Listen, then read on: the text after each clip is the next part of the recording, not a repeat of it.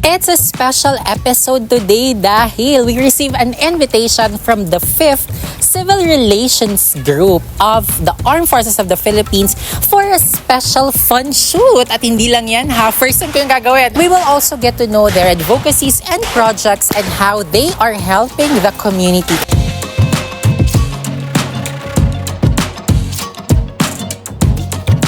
But before we'll start with our actual shooting, syempre as a first-timer, kailangan muna ng proper briefing on the things na dapat i-follow because hindi din basta-basta kahit fun shoot lang ang gagawin natin. So, to guide us in this process, makakakentuhan po natin si Papang Nandig. I'm a retired military. Actually, this is my unit. I'm managing shooting 6 years before I retired.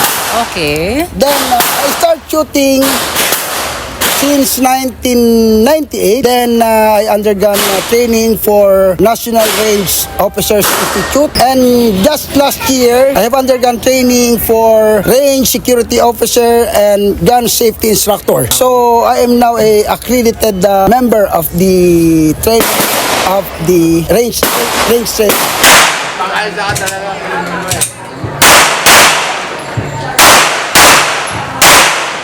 Yung starters or beginners dapat mag-start how to handle gun properly and yung gun clinic na sinasabi natin na para safe kasi yung laruan natin is toy for the big boy. Yes. Di ba? So kailangan talaga yung safety na ma-conduct natin para walang disgrasya. First of all, bawal magdala ng baril dito sa loob ng range nang merong magazine na nakasaksak sa baril. Pag nandito ka na sa range, pag mismo pumuputo ka na, kung ikaw lang isa or may marami kayo, beforehand, kung walang instructor, dapat yung mismong naghahawak ng baril, kung gusto niya na pumutok, mag-advise siya na firing. So dapat mag-coordinate or magsulti lahat. Yes, sa mga kasama. Pero it is better na meron talagang range instructor. Okay. Para yung safety nyo masubaybayan. You must follow all the commands. Yes. Hindi pwede na kung sa Bisaya pa mag-una-una ka. Oo. Dapat yung baril mo hindi ka mag 180. Breaking 180. Ano ba yung breaking 180? Di ba 360 ang isang round? So ang 180, so ito 90. Yung nasa likod mo is another 180. So dapat yung baril mo hanggang dyan lang. Hanggang dyan lang. Hindi mag-break doon. Hindi rin pwedeng ganunin mo, hindi din pwedeng iganon mo. Okay. Kasi break 180 pa rin yun. Ito tinatawag natin na downrange. Yung backstop na yan, ang tawag natin dyan is downrange. Dapat ang baril, downrange lang, yung muzzle ng baril nandun lang, nakatutok sa downrange. Okay. Any person, pwedeng meron, kasi every range, meron talagang accredited instructor. So, anytime na pumunta ka doon, any person. Okay, so key takeaways. First, presence of mind. Yes. Second is you have to really follow the command Yes. of your instructor. And third, like really focus on your area lang. Focus sa target and di sa downrange lang talaga yung baril. So any words of encouragement for me before ko mag-start? Shooting is enjoyable. This sports is addictive. Yung iba takot pero once na maka-try na kaputok, nindot man day kayo. So, i-try mo, din dyan mo masasabi kung ipagpapatuloy mo hindi. For me, this sports is one of the best sports. Why? This is for your security. Yes. For your security. And if you have gun, dapat i-enhance mo yung skill mo. Sipa! Okay.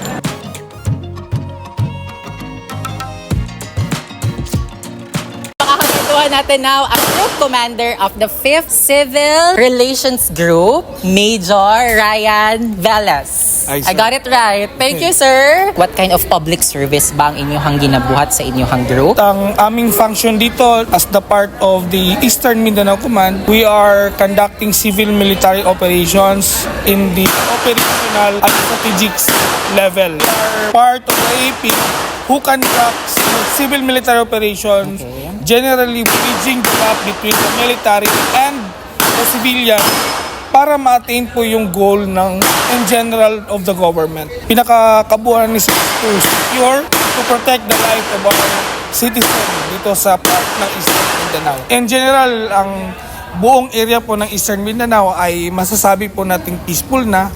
At sa stage ngayon, ito yung point na napaka-critical na magkaroon po tayo ng civil military operations. Pagtutulungan ng civilian at saka ng military para po ma-ensure natin na yung natatamasa natin na piece ay ma-maintain po natin. Well, sabihin natin na nasa dulo na tayo, but this is part or pinaka-umpisa ito ng sustainment effort.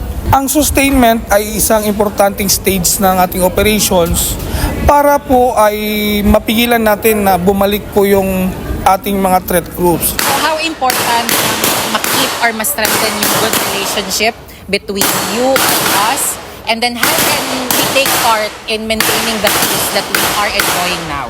Yung responsibility kasi na yan is dala natin individually yun. Yes. No? So, yung kami bilang sundalo, may kaming ginagampanan na effort, ginagampanan kami na trabaho.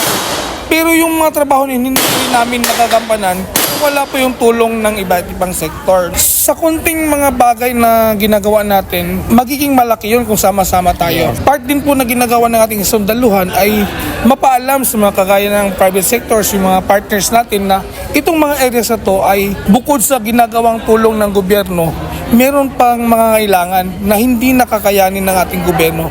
Ang laki ng pagbabago, hindi lang dahil sa kalsada, hindi lang dahil matayuan sila ng mga building, but the people itself, yung mga tao na nakakausap ko before, deep inside, makikita ko sa mata nila na sila, meron silang anxiety, meron silang pangamba. Kung mag-uusap mo ngayon, very welcoming na sila. And I think, ang pinakamagandang nangyari is, they are now full of hope. Mag-exert pa tayo ng effort, lalo nating pagigihan na mapigil itong mga grupo na may masamang hangarin pa rin. Basta sama-sama tayo, kaya nating abutin yung Yes. gusto nating marating po, sir. Yes, and there is a government that is working and really concerned and helping us. So to close this, sir, your message, especially sa mga kabataan that will see this kantuhan. Enjoy life. Yung enjoyment natin may a certain degree lang, pero take time to enjoy yung every moment na dadaan natin kasi dumaan din kami dyan. And hindi kasi fun yung learning kung hindi ka nag-enjoy. So, take a moment also na in every moment of your life, in every stages, mayroon tayong learnings na nakukuha doon. We hope na in the future, may gusto kayo na mag-serve sa government, hindi man sa armed forces, but try to reflect na ito yung bansa natin, some way or another, maglaan tayo ng maliit na bagay para mag-serve din tayo sa bansa natin.